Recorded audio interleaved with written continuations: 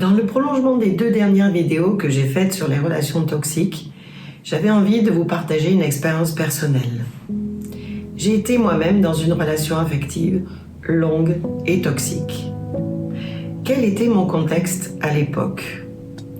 J'étais victime de harcèlement moral. Ça a duré 18 mois.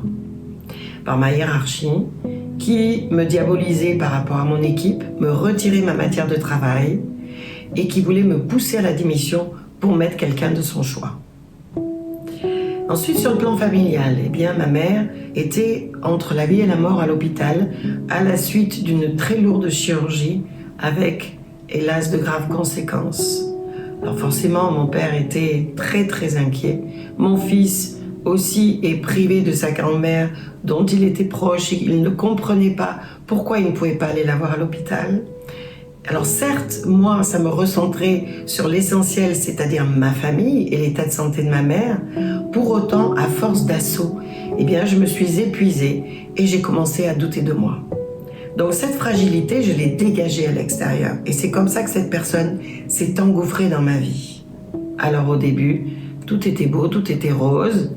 Donc quelqu'un avec un esprit brillant, qui est soutenant, aidant. Je ne lui trouvais pas de défaut.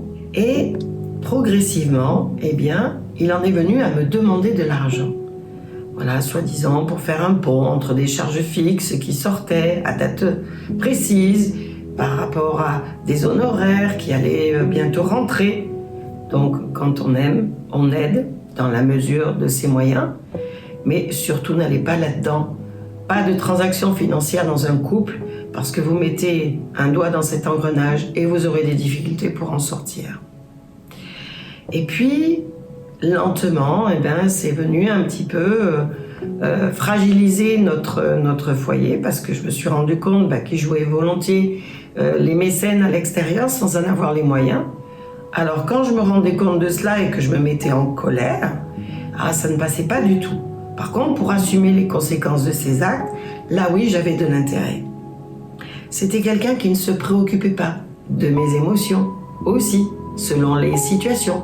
Quand j'ai commencé ma formation pour exercer mon métier passion, j'ai vu des choses que je ne voyais pas et tout s'est accéléré. À ce moment-là, le pro, le perso, j'ai tout balayé et aujourd'hui, je suis dans ma mission de vie et surtout, je suis moi-même.